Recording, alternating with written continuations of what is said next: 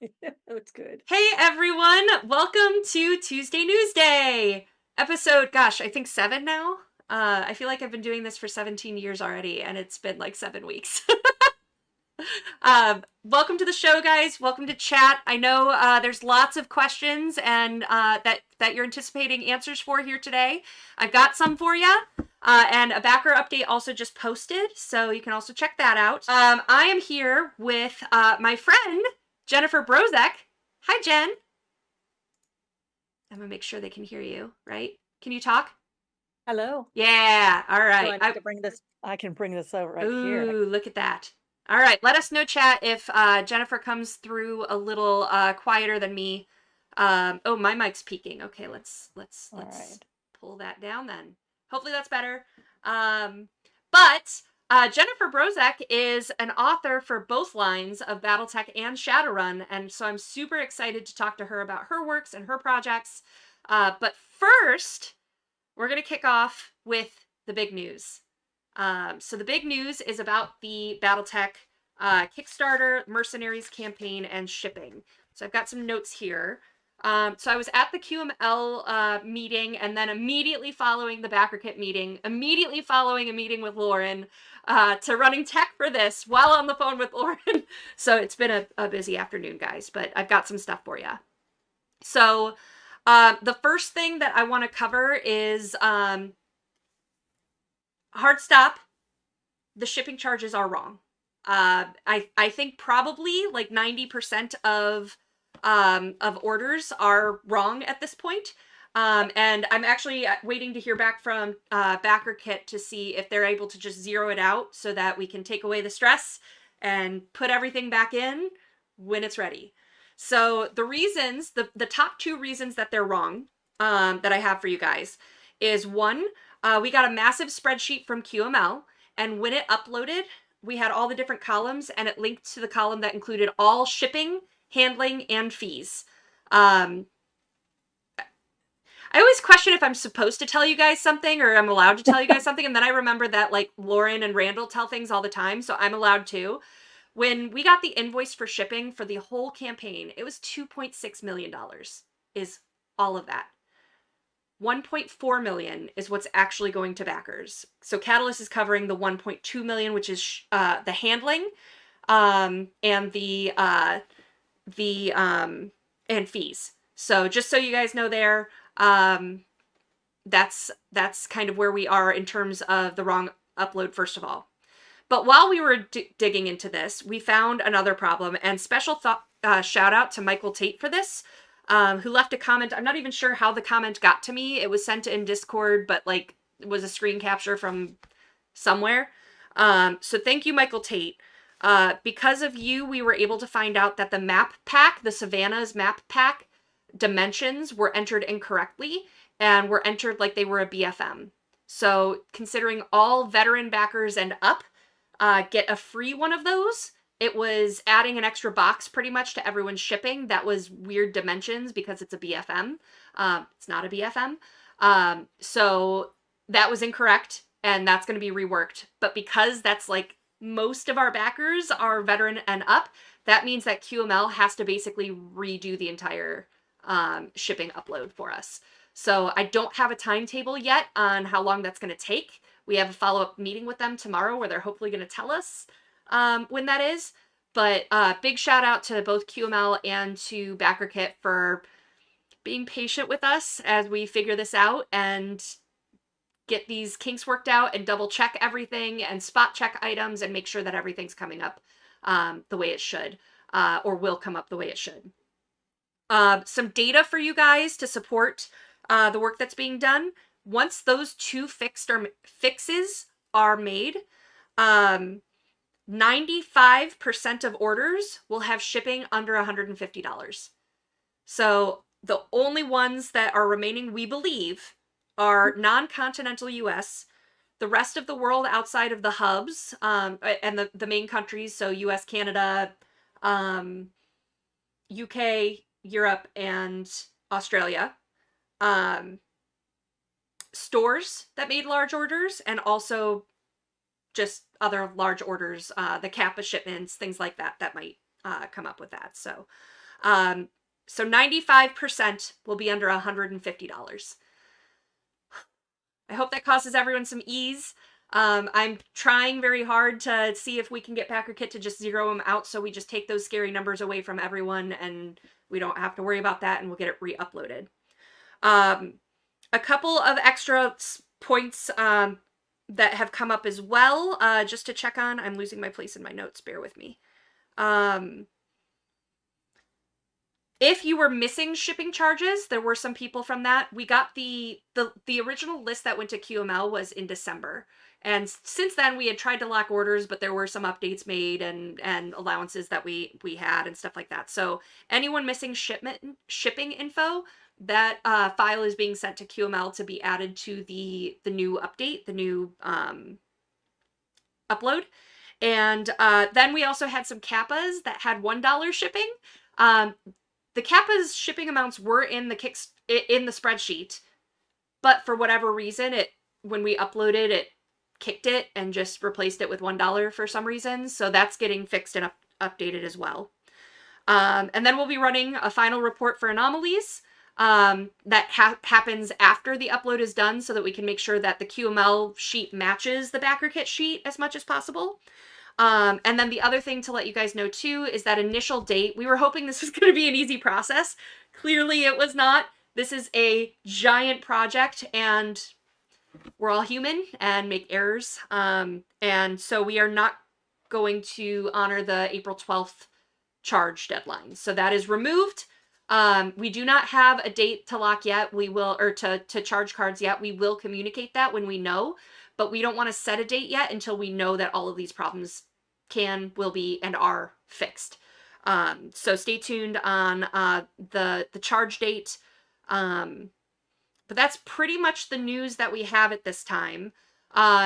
For those that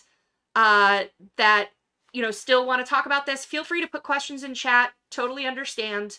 I am going to focus the rest of the episode on our normal Tuesday Newsday stuff. But if I see a ton of questions, I have no problem like finishing up with Jennifer and hopping back on another stream to talk to you all and answer more questions. But I want to make sure that I value Jennifer's time since she was already planning on being here, and I'm excited to talk to her too. So thank you guys. And I didn't say this yet, so let me stop one more time and say this. Deep apologies for the undue stress, the hassle. Totally get it. There's 25,000 plus of you guys. That's just on Kickstarter, not even including BackerKit. And seeing that kind of shipping charge, I get it. I get the fear around it. We hopefully we're trying to get the communication out on Thursday or Friday. I can't even remember what day it was anymore. Friday. That we will look into it and I think it was Thursday. That we will look into it and we will work on it, and we are dedicated to doing that for you. Clearly something was wrong. Like there's no reason that shipping should have been as high as it was. So we are handling that. We will get that to you, and apologies for that stress. So thank you guys so much for your continued support, and we're excited to get all of this merch to you. So, all right. Other things. Now, Jennifer, I want to bring you into the conversation here. Sure. Did you see This sounds fabulous in the way that I'm not actually involved in it. I hate my life. No, it's okay. It's all gonna be okay because that's one of the things that I've worked with Catalyst for over a decade. I've seen this kind of thing before, and they will make it fine. I'm just sorry that you're under the gun right now. It's, you know what? It's if it helps the community, like Tyler and I both pretty much were worrying about this all weekend. I reached out to some people to try to get test cases to take to QML, and largely everything showed up once we took away the wrong fees and the BFM issue. They turned out okay. So I do have faith in QML, and Mhm. if it means doing what's right, then I'll spend my weekend doing that. So, but thank you. I want to talk about April Fools. We had some fun releases for BattleTech. I know literally nothing about it because I spent the entire weekend at NorwestCon dealing with being a panelist and a dealer, um, running my own Kickstarter, and I will only mention it briefly. My husband's fine. There was a car accident, my car was totaled. Oh My husband's no. fine. So, I had a lot going on this weekend, so I know 0 about I mean, 0 about anything involving April Fools, um, for pretty much anybody. I was very focused on everything. So, Well, April Fools, there weren't any Shadowrun releases, but there I'm were kinda three sad about different. that. I know, but I think honestly, with RJ being the new line developer, like I'm sure, like the transition period, there's other Oh, things to yeah, learn I've and had a focus couple of on. meetings with him, and Yeah, he's got some really lovely things, I'm at excited. least on for me, for my side of things. I'm like, "Oh, I really need X, Y, and Z." Yeah. He's like, "Alright, I'll add it to the list." Now, I want to quote this right because this is the one release that I didn't know about until it showed up on social media. I think Aaron, our assistant line developer for BattleTech, is the one that uh, realized that I didn't know about it, so he posted it himself. um, it is the BattleTech Clan Spaniel sourcebook Oh my god, that sounds amazing. for your pupper needs, your pupper BattleTech needs. So that was a fun release. People seem to have a lot of fun and dog puns for that one on socials. The second April Fool's release was a an all Irby Lamb focused shrapnel Oh my god. Oh, issue. I think I did see that. Yep, with the red, white, and blue Yeah, Irby. yeah, yeah, yeah. Um, the detail I love about that cover is that they listed the artists as everyone I think that hates in our company, Urban Urban Mac Lambs. They call them, Um, that look like trash cans and yeah, such. yeah, flying That's trash cans. I've had conversations with people about that. They look a little like Buzz Lightyear with the big dome, I and then personally, I don't mind them. Of course, I am an outlier in the fact that I also think mechs are kind of ridiculous, but that's only because I know how well technology works. I used to be a QA engineer. My job used to be breaking software and firmware just by literally looking at it, and I'm very good at breaking software. And when you have 40, 50, 60, 70 tons of machines and programming, yeah, there's a lot that can break. yeah, yeah, I bet. The third release for BattleTech, and I think my favorite, Mhm. is the shirtless Alaric BattleTech romance cover. I kind of love that, and yes, I did peek into the chat briefly, and I saw somebody saying that Catalyst doesn't have any romance, and I beg to differ. I wrote a Shadowrun romance But story.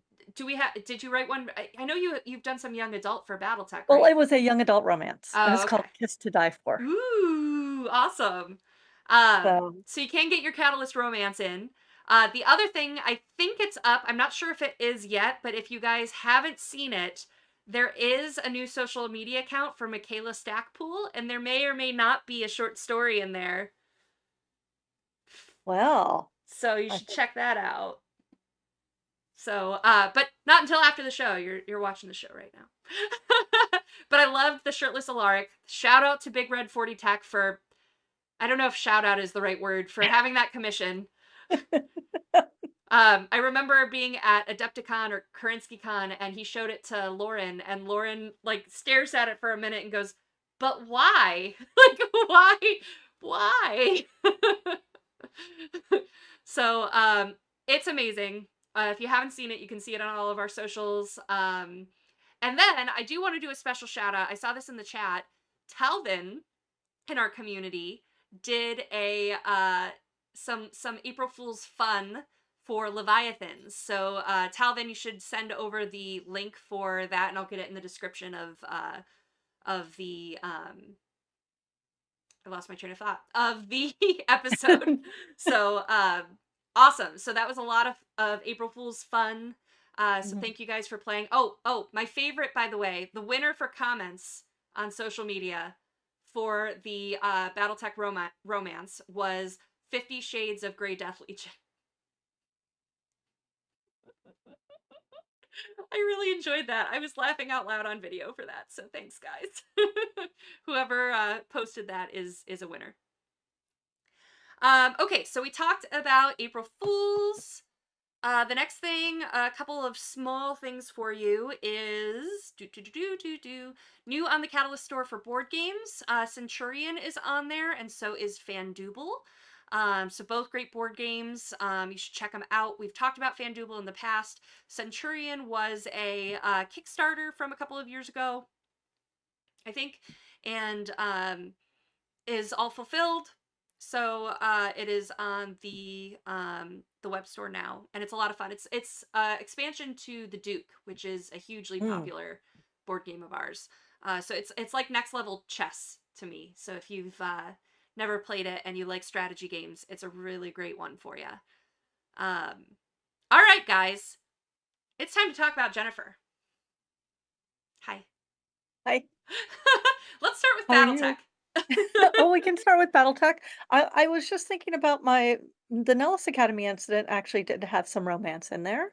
I Ooh. I it's been since 2014 since I wrote that, and I don't actually remember the names of the characters, but I had the first canonical gay characters. I Ooh. had a lovely romance between two of the other cadets, and then I had the two of them broken up. And so it's just like I actually, the more I think about it, I'm like, I kill a lot of people fictionally, but boy, a lot of them do have some sort of romance in them as I go Awesome. along.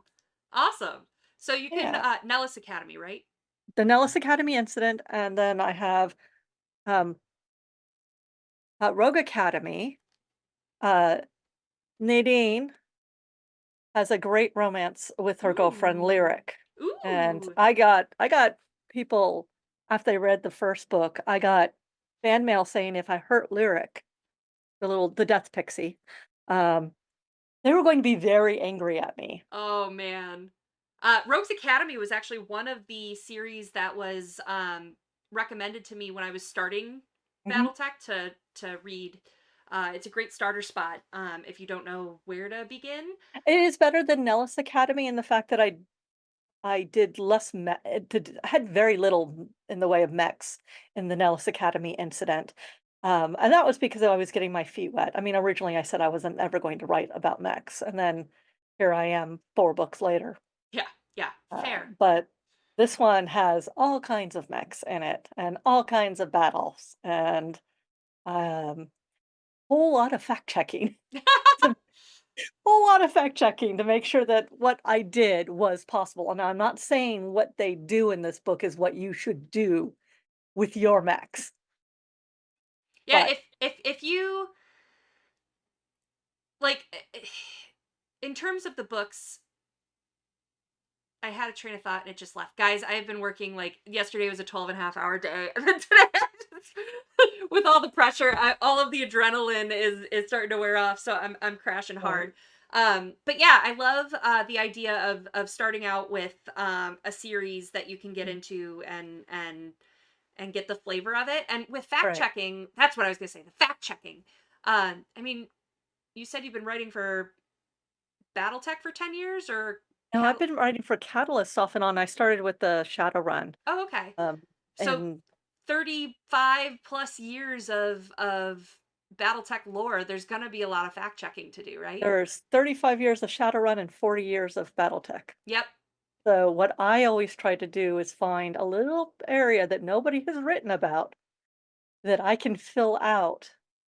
I tell micro stories in the macro universe because a lot of my job is to bring new people into BattleTech, get them hooked, and then get them to go, well, what is the Federated Sons? What is the Lyran Alliance? What if I want to play with mechs? And this is the kind of story that parents and grandparents can give their kids to talk about and it's I grew up military, so I enjoy writing about teenagers dealing with a military background.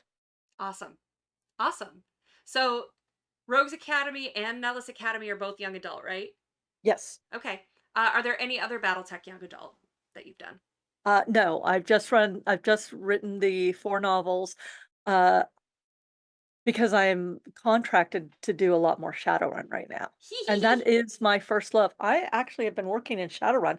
since 1992. Ooh. I was the night test lead on Shadowrun the video game, the NES. Ooh.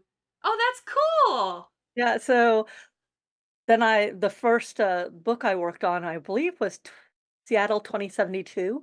I wrote a bunch of the stories in there, um, and from then, I started writing. I do a lot more of the fluff over the crunch. Um, I ended up working on Shadowrun Returns, the video game, because Harebrained Schemes is in Redmond, and I lived nearby, and I had experience writing for uh, Shadowrun, and I wrote for Ion, the triple MMO. Oh, cool. So I had the experience of writing for video games and for Shadowrun. So I did all the dialogue for the first Shadowrun Returns That's video game. awesome. I didn't know that. See, Yeah, this it's is just why I'm there's glad we have these talks because, like, yeah, well, I mean, I've been doing this for a long time, and it's a little daunting to know how long to be like, oh wow, that's my career could be married and have kids at this point. yeah, yeah, wow. Uh, wow. When you say it that way, it makes us all feel Uh old, huh. right? Like, um, Well, I am. I'm 53. I'm not shy about saying that because when people want to go out and drink at 11 o'clock at night at a convention, I'm like, you guys have fun. I will be going to bed so that I yeah. can get up and talk and do workshops and stuff. Age is a funny thing. Like, I am the years old now where when I'm offered to sleep on someone's futon, I'm like, nah, like my futon sleeping days are over. Like, I'm good. Depends on the futon. Some of them are very, very good futons, but most of them, no. Nah. I am beyond that stage. But, Awesome. I'm very focused on Shadowrun these days Yeah. because So we talked about your BattleTech books. So Yes. heading on over to Shadowrun, what are your Shadowrun fiction books? I know there's a lot. I have adult and young adult. Let's start with young adult. Okay, so young adult, I have the 4 novellas that are out, which are now put together in the Mosaic Run auditions, or Shadowrun Ooh, auditions. that's the newest It's one, right? Yes, this one just came out. It has a Kiss to Die For, See How She Runs, Unrepairable, and the Kilimanjaro run in it. And then there is a throughput line that wraps all of them together. Think of it like 4 TV shows. Ooh, And then the sequel will come out in July called The Mosaic Run, and it is a novel, and it is a heist that includes all of these characters. cool. I love when books do that. And especially with Shadowrun, like one of my favorites is the complete frame job because it's Mhm. one run from four different runners' Right. perspectives in each novella. So I think that's really clever. I like that approach a lot. Well, one of the things I like to do with all of my Shadowrun is because they're all running about the same time. And okay, so publishing is a very small business, and people don't seem to understand that. There is so much cross everywhere that whoever you're editing, you will be writing for, and then you'll be proofing for, and you'll be working with. Well, I do that with all my Shadowrun. So someone who might be an antagonist in one book is the protagonist of another. Ooh, Yeah. So that is that. uh, I don't do the crossover with the young adult. The young adult are all, how do you fall into the shadows? Because many people fall into the shadows. Many people do not say, I'm going to get up and I'm going to buck the system. I'm going to make my life complicated and make the man hate me, and the pearl clutchers think that I am the worst person ever. Nope. Very few people ever actually do that. They fall into it. Circumstances happen. Uh, so we've got 4 stories of how these teenagers become shadow runners. that's awesome. That's so Yes. cool. All right, so auditions, you can get that now on the Catalyst store or Books to Read or Amazon. Um, what else, Jen? Tell me more Okay, about your so young adults. not young adult, that's it for young adult Okay, Shadowrun. That's, I okay. mean, 4 novellas, not bad. And Yeah, it's 1 novel, and then the Mosaic Run will come out in cool. July, and that's a full-on novel. So what about your Um, adult? so I started with Makeda Red. I didn't know that was your first one. That was my well, okay, technically Dock Wagon 19 novella was actually my first I Shadowrun. love that one. And I may go back to writing Dock Wagon stuff. Ooh, please, please, please, please. That is a thing that, Don and I have talked about, but I'm contracted for 2 more novels that I Although the thing that I love about Dock Wagon 19 is that it's from a news anchor's perspective. Like, Mhm. would that continue on in if you did more? I do not know. That is yet to be determined. That was cool. It's like a ride along where a It is a news ride anchor along. goes with Dock Wagon And 19. It's and super cool. in Shadowrun, so Makeda Red is set in Europe. I lived in Belgium. You'll hear the Belgian piece coming up. So it starts in Belgium and ends up in a firefight in Rabat or Morocco. But it's my homage to Casablanca's backstory because Rune Red, or in this case, Makeda Red, was born out of a short story that was a homage, direct homage to Casablanca. I just love this character. She is amazing, and I wanted to write about her, so I did.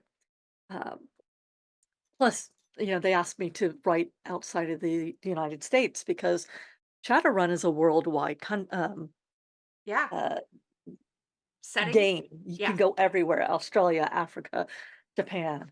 So that was the first one, and it is a standalone. Now, all of my novels are standalone. You can read them in any order, but you will find characters throughout that Awesome. will come up.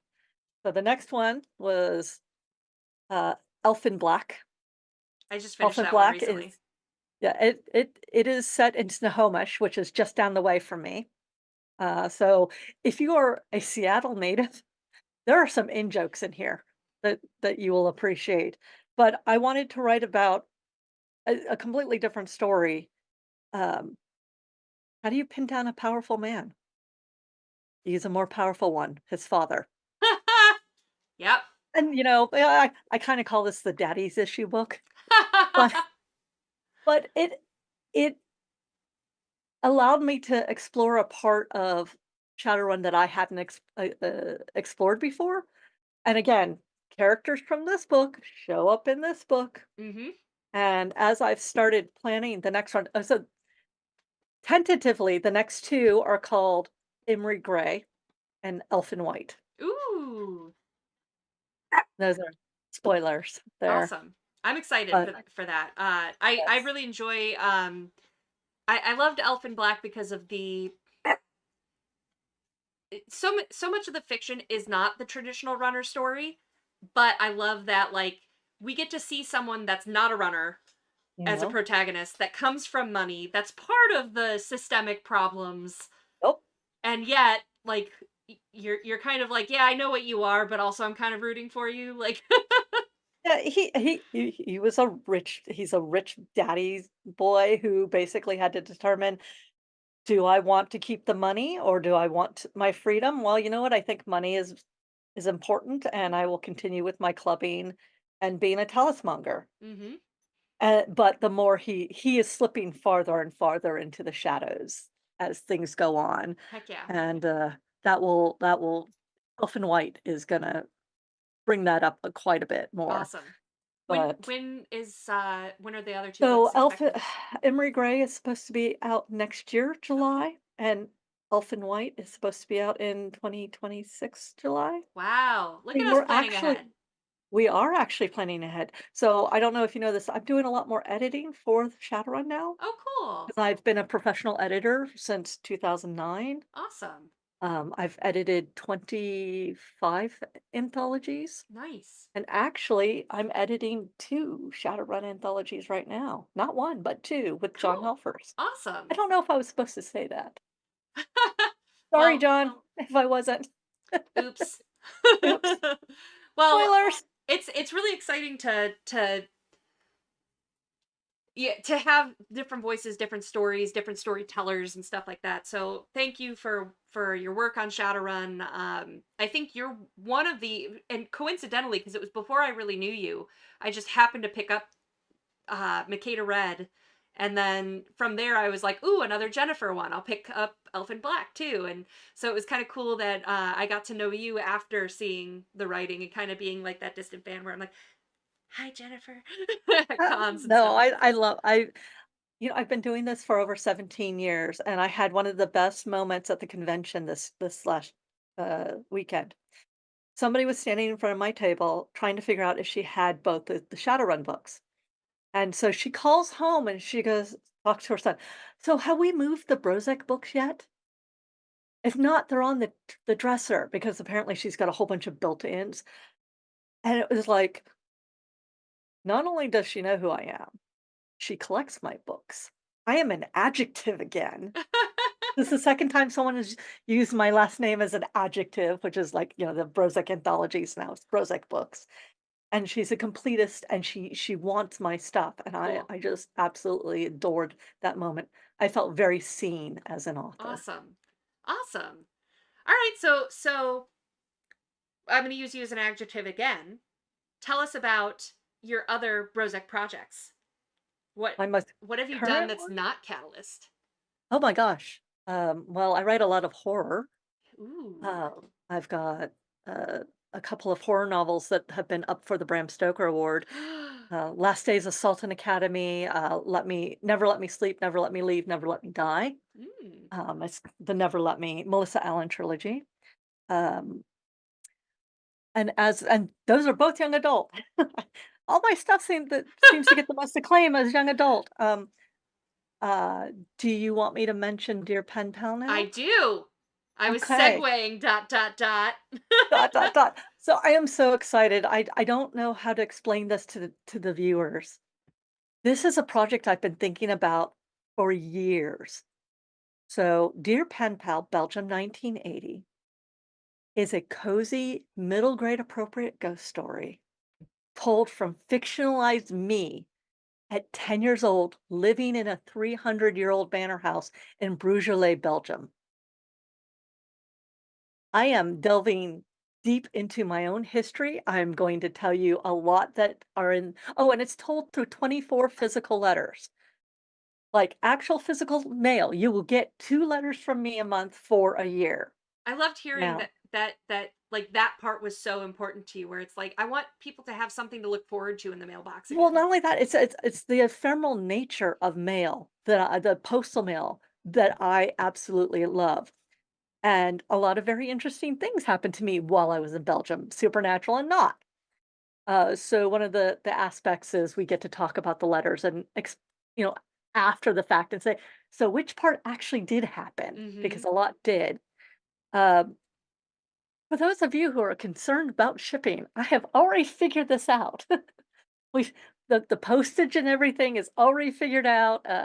We have international forever stamps. We have international US stamps. We've got that figured. It Awesome. should be absolutely cool because I am one of those people who also really does when I'm doing my Kickstarter, there's only going to be one physical add-on, and that is actually going to be the coloring book by Elizabeth Guizzetti, and she is taking care of that.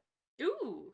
She she will be doing that because she's an artist and she does all that stuff already. Awesome. But I will tell you stories about the 8-foot stone wall, the escape tunnel under the house that I wasn't supposed to know about, Ooh.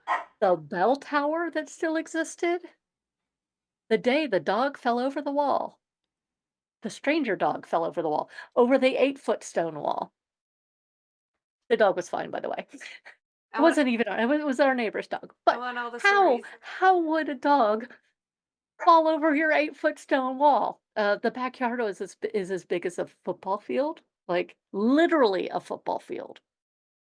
You have to realize I lived in military quarters for most of my young adult life. I mean, the garden plot in Belgium was bigger than my backyard in Kennedy Courts. Wow. So one of the things that I wanted to talk about is, beyond delving into my family history, I mean, some of the packages you get the family playlist and you get some recipes, but taking a page from some of the other Kickstarters I've watched. There's a couple of really big packages that include one-on-one calls for a year, 12. Ooh. And these are the kinds I would really love that either someone who is junior in their writing career would like some a mentoring. They want to be mentored or they want some of their stuff critiqued.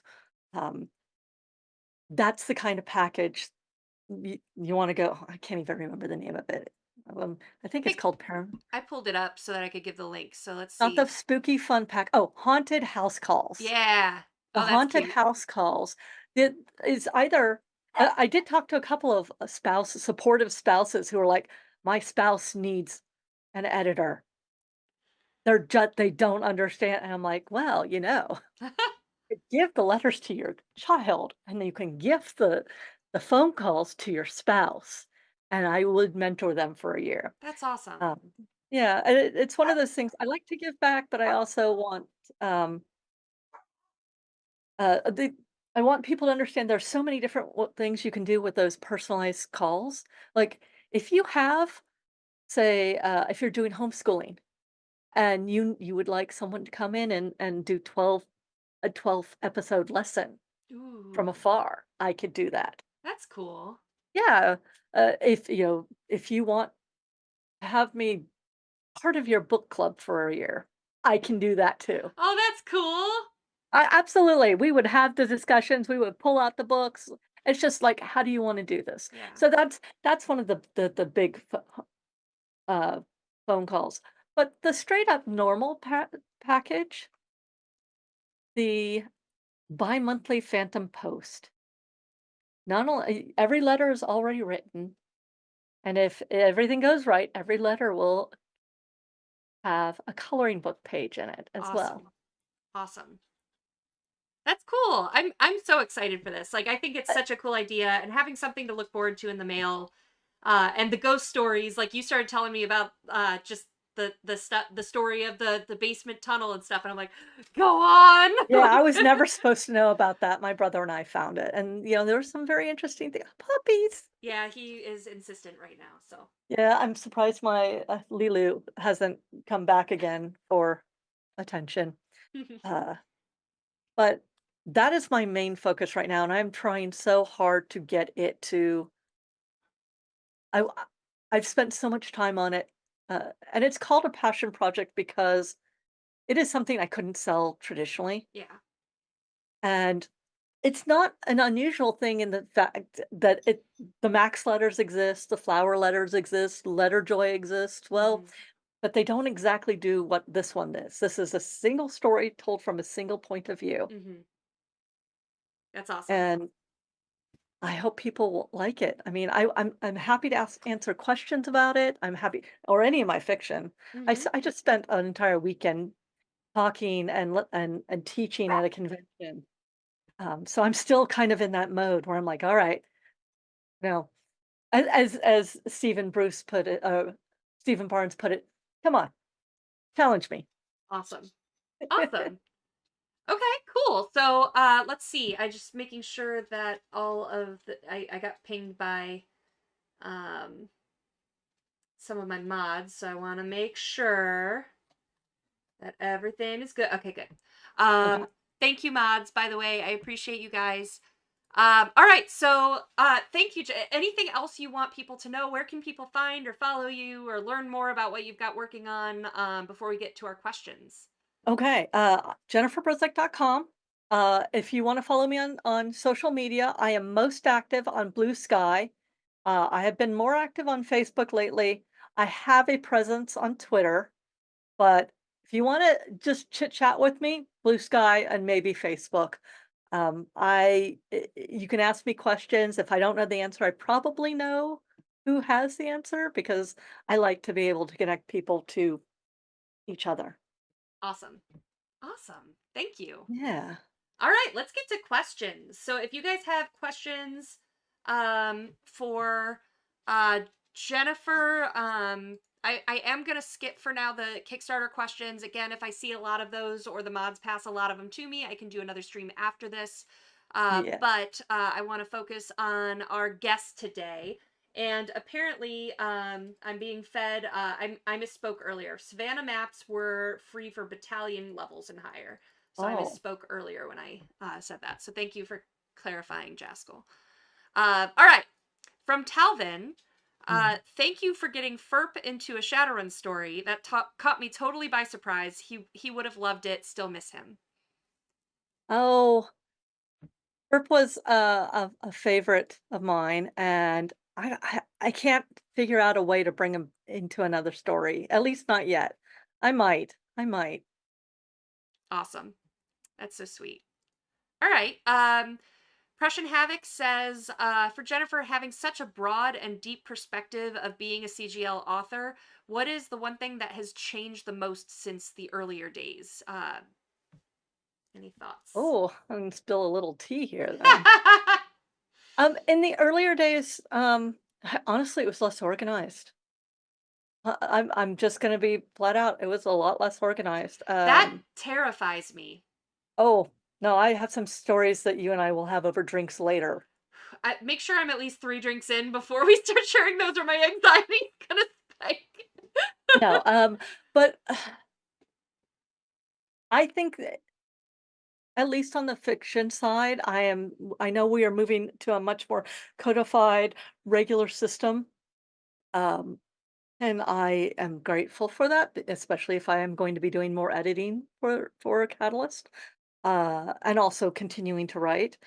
I think there are well, I mean, BattleTech is having its heyday right now. Mm-hmm. Um, there is a great love of that, and Shadowrun is kind of in its shadow, which makes me a little bit sad, but I understand There, it. there's a trend though where it seems like when BattleTech is doing well, Shadowrun doesn't do as well. But then when BattleTech isn't doing well, Shadowrun peaks. Yeah, Weird. and we've got so much good fiction coming out, um, and I'm really not certain if I should say that other thing, so I'm not going to say that at all, because that one might actually get me in trouble. Fair. But I do a lot of behind the scenes work, and I work with John Helfers a lot, uh, so we are codifying things in a way that it's actually working better as a writer and someone who works for Catalyst. I know it doesn't seem like it from the outside, but it is. Hmm. And I hope that that means that the fiction and the games that are coming out, um, they're coming out more smoothly than they were in the past. Good. Good. Um, Again, that is a surprising answer for me. That makes me fear to look backwards into the. It's like there's a snake under that rock, and you shouldn't look under that rock. So it's making the decision to keep walking. Well, no, it's a question, is it a rattlesnake or is it like maggots? You Oh know, no. it's like, is it something that's going to bite you or is it something that's going to be like, That's just oh, gross. but Yeah. harmless? Papa Chicken asked for Jen. I Yes. loved Nellis Academy. Thank you for writing it. What is your process when you get stuck on some piece of plot not adding up? How do you overcome the hurdle? Well, so when you write BattleTech or Shadowrun, you actually have to go through this whole process of like getting an outline and getting that approved. I have to do less of that now because I'm so deep into it, but I still have to make sure everything works.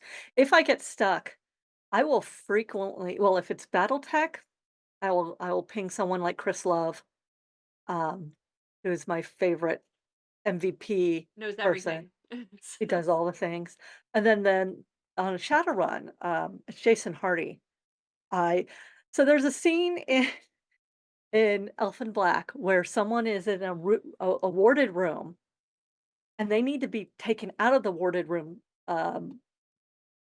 safely. So I was like, can I get a warded trunk into the warded room, put the person into the warded trunk, and then get the warded trunk out of the room? And the answer turned out to be yes. But like that was a Jason Hardy. I'm like, how does this work? Yeah. Because I know we're writing in fiction. but I wanna keep one step of reality Right. into my fiction. I want someone to read something in my book and go, "Oh, I wanna do that too. I really wanna do that." And then I don't want them to go to the rules and go, "Oh, you can't do that. Why did they write this thing when you can't do this thing?" Yeah. Which is Yeah. why I guess the short answer for that question is I go and I talk to somebody if I'm having a plot problem, Mhm. because usually I just have to do some rubber ducky decoding, Mm. which basically means I explain the problem to someone else who basically sits there and nods their head, and then I figure it out while I'm explaining it to them.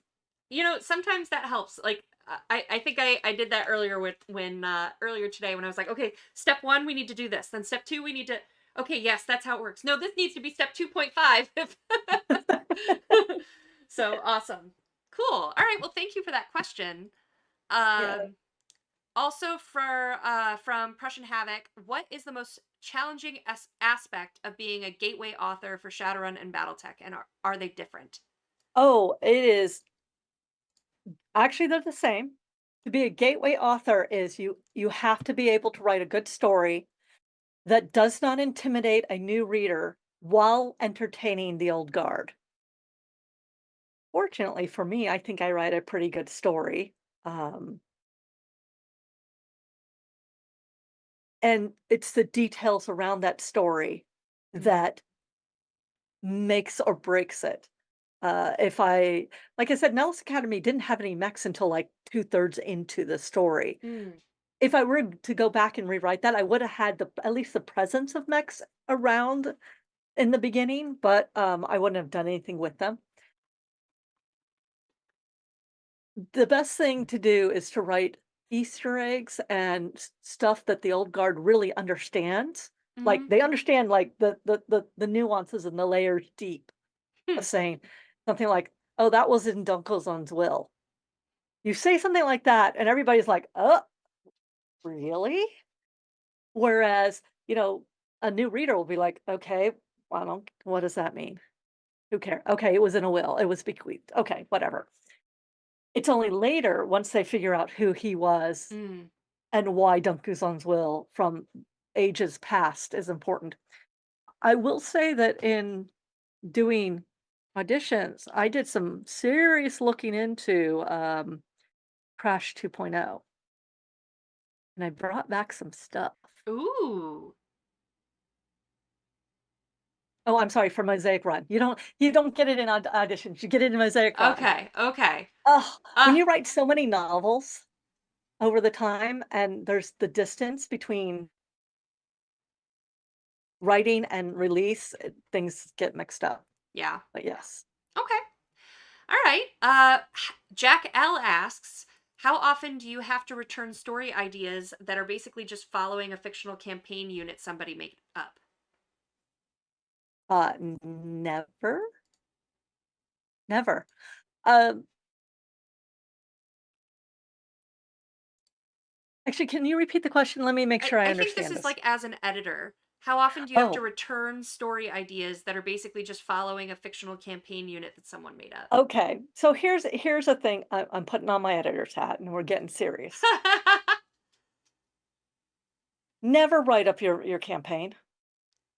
If you're going to write up your campaign to sell, nobody's going to get any of the in jokes. Nobody's going to have any of the history. Nobody's going to care about what you care about. But what they will care about is you telling a story that's loosely based on it, Mm, that has some of the emotional nuances, that, um, didn't have the exact same things happen, but it was like a different variation of it. alternate timeline. Yes. Here's the thing. Um, Real life doesn't make sense. Prose has to. Mm, And you never want it to sound like someone's reading off a grocery list. Even if it's mech fiction where you want to talk about every bit of the heat sinks and the actuators and um, how far your missiles are going, you don't want it to sound like a grocery store. mhm. Right. You want it to be emotional. You want it to impact the story or the character. So you can base your stories on your campaigns. Don't write up your campaigns. Cool. because most of that's just terrible. It really is. It turns into fan fiction. No, there's a lot of really good fan There fiction. is, but It's just there's the also a turn lot of really terrible fan fiction. yeah, it's true. It's true. Prussian Havoc said, "I love the shades of gray idea of picking up one book's antagonist and making them the protagonist in the next book. Is Yep. empathy for such a character especially challenging?" Well, It's it a good can question. be, but the question is whose point of view is the story being told from? So there's an antagonist in Makeda Red Hmm. who you don't trust, but you want to root for, but you don't trust. Yeah. And when you're in Makeda's head, you understand why you don't trust them because she cannot. In Elf in Black, you start to get within that person's head a little Mm. bit more and their motivations. Okay. And Okay. I it's see like that. it's whose point of view are you coming from? Because history is there's the winner, there's the loser, there's what actually happened, and then there is who wrote what down. Yeah. There's actually 4 points to any story, especially a written one. Each side, what actually happened, and what was written down. I like that. That's it reminds me of like college psychology where like I always get them backwards, but I think it was Nietzsche that said like Historia is the facts of what actually happened. Mhm. And was it Geschichte, I think, is the individual's perception of what Mhm. happened. Um that isn't entirely factual. Right. And So it's kind of interesting. like the whole Rashomon thing. Everybody can look at a situation from their own point of view and their own biases and their own literal physical point of view, Mm, where they couldn't, they couldn't see something that someone over here could see. yeah. Huh. Okay. Okay. Okay. Feel free to not answer this if you don't want to. Okay? Uh, is that Shadowrun ink that I spy? Wait, actually, hold on. Mm, no, I have no shadow running. I have I want to get a stone version of the Shadowrun logo, but I only want it if Peter Tikos can Ooh, tattoo cool. me, and he currently lives in Budapest or Yeah, Hungary or that somewhere near there. makes it harder. So, He might be going to Norway, I don't know. He is my favorite artist. He did he did this, aw. and I absolutely love his work. He also did, the re-release of, Never Let Me. Um, he did the cover of A Kiss to Die For, Ooh. See How She Runs, and Unrepairable. And then Hungary has some very interesting tax changes and things. He's not able to work with us for Mm. various reasons. Um, we're still working on seeing if we can figure out a way around that, but we don't want to get him in trouble. Yeah, But I will, if I ever meet Peter, I will get a Shadowrun tattoo. that's I mean, awesome. I will say if my Kickstarter hits something like 50,000, I will just get the thing. Right? But I don't know if that will happen. I Awesome. really don't know if that will happen. It's oh, my Kickstarter's gone up. Oh, Yay! Oh my gosh! Yeah, I should have. sweet. Remember we talked about this before the show. Sometimes if we're live and the Kickstarter goes up, like we'll do happy dances for you. That's fine.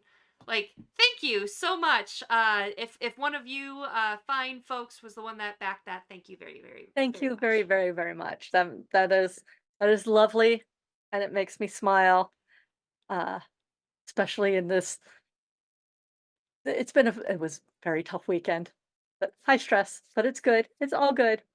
Um, but yeah, no, I don't have any shadow running. I don't Question know. for you. It's not noted down, but I do. I think it's probably from Prussian Havoc. Any Leviathan stories in your future? As far as I know, not right now. There are some stuff that Cattle is working in the IP world that I may have a major role in. but it's stuff that's on the radar. Mm. So right now, I am editing 2 Shadowrun, and I'm writing 2 and a half more novels, or I'm Okay. finishing up a novel and writing 2 more. Um, that is what's currently contracted on my plate. Um, if they want me to write Leviathan, I have to get much deeper into it so I actually understand the nuances of it. Um, so I guess the short answer is no. Okay.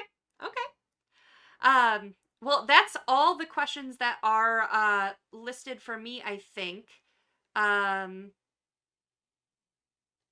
so what I can do, we still have about 4 minutes left, and I only see about 5 questions, 4 questions about the Kickstarter. So I think we can deal with those real quick before we say goodbye for the evening. Um, So Cabal17 asks, what about folks who have already paid the originally posted shipping charges? There's a month, I think, ish, that BackerKit allows us to refund your last credit card purchase. So we can do a partial or we can do a full on that. So if there's credit due at the end of shipping and stuff like that, that can absolutely be refunded. Um, K Remitide Cremitide is the tax on shipping part of the errors, or will that still be there?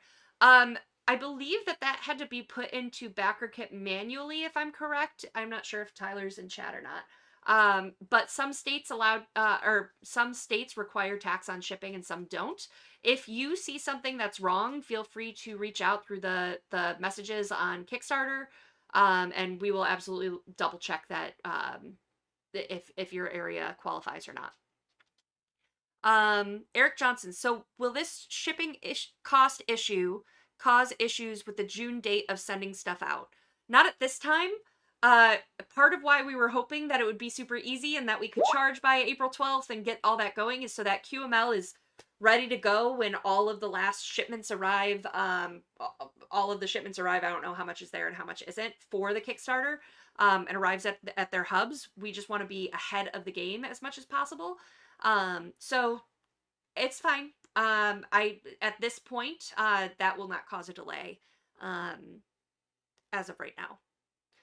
And John W, will we be able to cancel the BFM from our orders if this one item is adding drastically to the shipping? You can always reach out, and we can definitely look into it for you. If like I don't anticipate. I think really the answer is wait and see what shipping really comes back to when we get the correct amount updated. And if something still isn't great, um, then we'll deal with that for you. So uh, yeah, we're open to that if it's undoable for you. So um, yeah, so that's all the questions I have. So I think that probably um probably at this point we probably don't need another stream. Maybe we'll do one later this week if there's more questions or stuff to answer, but really I think wait and see what the new shipping says. We'll hopefully after our meeting tomorrow be able to tell you at least when we expect that new shipping to get uploaded. So but yeah, thank you guys for tuning in, and thank you Jennifer for being here. Really appreciate Thank you. you. It's always fun to talk to you. I'm gonna post one more time for the chat. Jennifer's Kickstarter link. Won't you Copy. be my pen pal? Aw, paste. Boop. So thank you guys so much, and we'll see you next week. Oh, I think I've confirmed next week's guest is BattleTech line developer Ray Arastia. So, Woohoo! That's gonna be a yay! good one. Yeah. So we'll see you next week on Tuesday Newsday. Thank you guys.